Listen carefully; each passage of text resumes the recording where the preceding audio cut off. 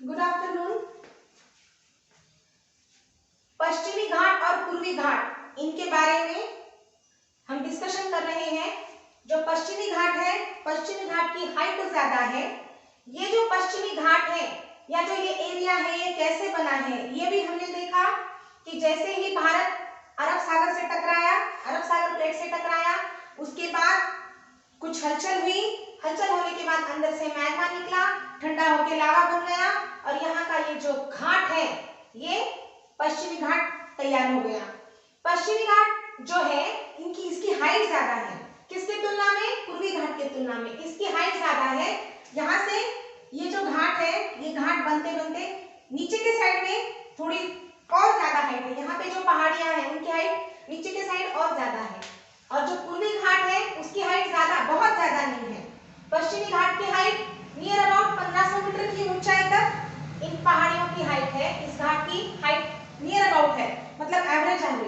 और पूर्वी घाट में ये जो हाइट है ये उतनी नहीं है, 600 से 800 मीटर तक ऊंचा है ये घाट, उससे ज्यादा ऊंचा नहीं है।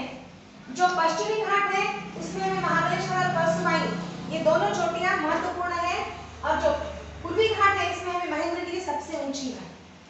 पूर्वी घाट और पश्चिमी घाट जहाँ पे मिलते हैं वो वहाँ पे उसको नीलगिरी की पहाड़ी कहा जाता है और नीलगिरी की पहाड़ी की सबसे ऊंची चोटी है दोड़ा बेटा। सबसे ऊंची चोटी नीलगिरी पहाड़ी की कौन सी है? दोड़ा बेटा है। अब ये जो घाट है मैंने आपको पहले भी बताया, ये जो पश्चिमी घाट है ये कंटिन्यूअस है, इसमें कोई टूट फूट देखने को नहीं मिलती है और ये पश्चिमी घाट ऐसे ही चला जाता है श्रीलंका तक। जो राम सेतु वगैरह है ये इसी का पार्ट है। इसका मतलब पश्चिमी घाट का विस्तार श्रीलंका तक चला गया है और ये जो पूर्वी घाट है इसका विस्तार जो है वो इधर म्यांमार तक चला गया है।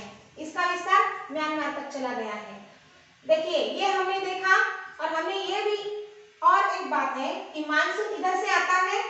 जब मानसून इधर से आता है तो ये ऊंची ऊंची यहाँ पे पहाड़ियां हैं। जैसे मैंने आपको बताया था कि कारीवम की पहाड़ी है, अन्नामलाई की पहाड़ी है, सेवराई की पहाड़ी है, पालिनी की पहाड़ी है। फिर इनसे ये इन सभी पहाड़ियों से टकराकर यहाँ पे वर्षा होती है, बारिश होती है। यहाँ पे बारिश भी होती है और धूप की मात्रा भी बहुत है। इसलिए इस जगह पे हम लोगों को जैव विविधता यानी कि प्राणियों की विविधता, बहुत ही विविध मात्रा में, विविध प्रमाण में प्राणी पाए जाते हैं। डिफरेंट टाइप्स के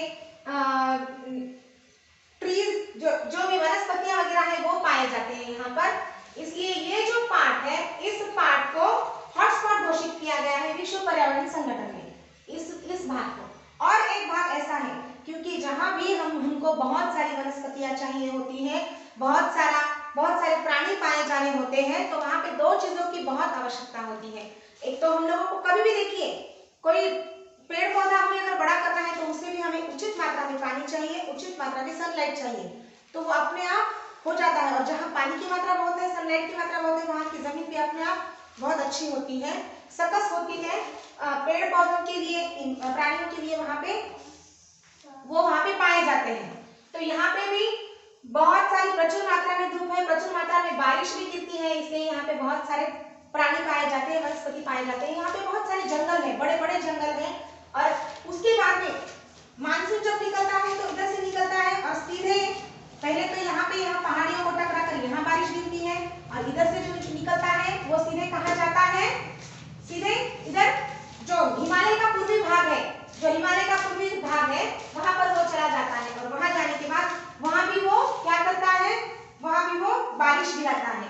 इसलिए ये जो भाग है मेघालय के पास वो टकराता है। हमने देखा है गारो, खासी, जयंतिया यहाँ पे पहाड़ियां हैं, उन पहाड़ियों से टकराता है। चेरापूंजी में बारिश कराता है, मानसीनाथ में बारिश कराता है और यहाँ पे भी बहुत बारिश होने के कारण, और ये पूर्वी भाग है, सूरज तो इधर से उगता है तो इधर सूरज की किरणों की मात्रा भी भरपूर होती है, सूर्य प्रकाश भरपूर होता है, तो इधर भी जैव विविधता देखी जाती है। तो इधर का भी जो एरिया है वो हॉटस्पॉट घोषित किया है क्योंकि इधर के एरिया में ये कौन सा है? एक तो पश्चिमी घाट है और ये एरिया पूर्वी हिमालय का, पश्चिमी घाट और पूर्वी हिमालय का भाग, पूर्वी हिमालय जो है, ये दोनों एरिया हॉटस्पॉट क्यों घोषित किए गए हैं?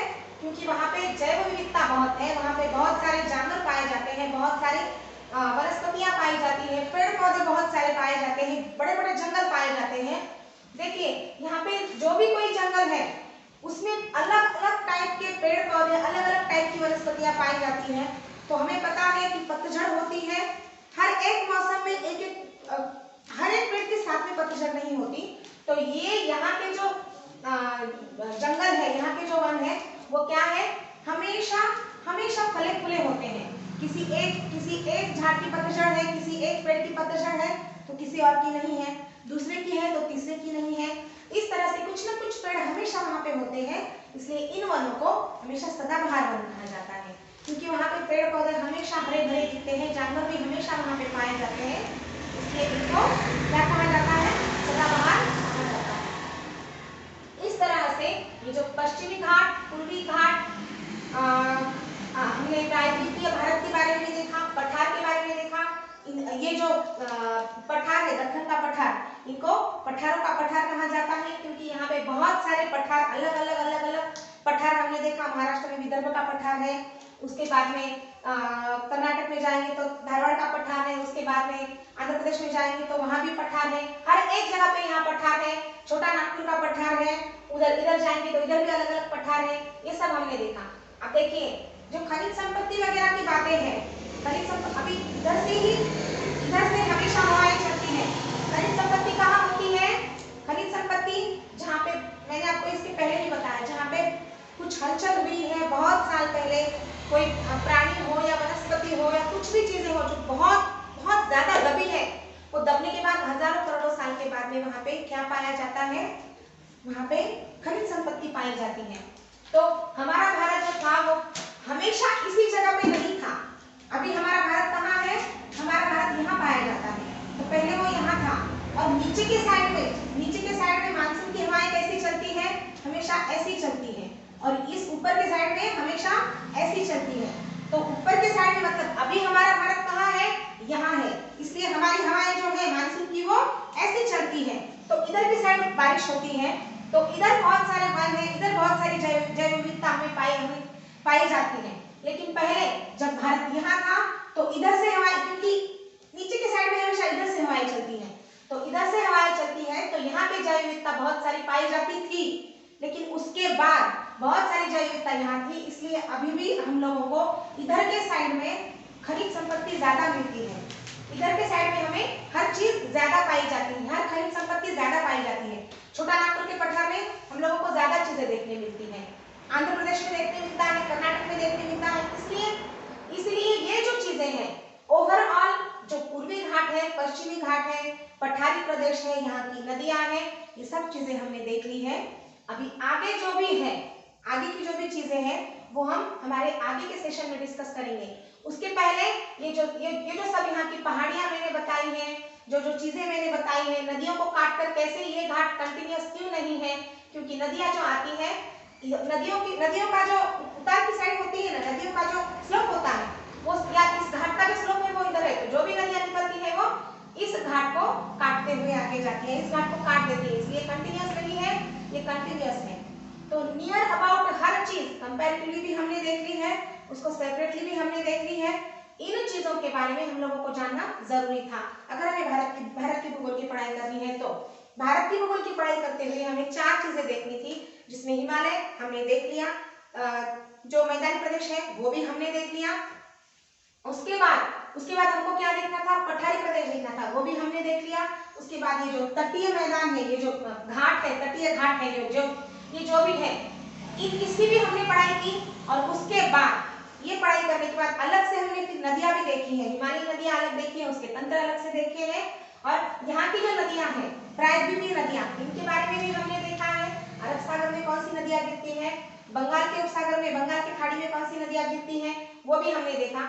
इस टोटल चीजों के जितने भी मेरे अभी तक सेशंस हुए हैं, वो सेशंस अगर आप लोग प्रॉपरली इसकी पढ़ाई करेंगे, उस सेशंस को समझेंगे, तो अभी तक जो बेसिक पार्ट्स है इस रिलेटेड टू हमारे इंडियन ज्योग्राफी, ये हमारे बेसिक पार्ट्स नियर अबाउट पूरे हो गए हैं।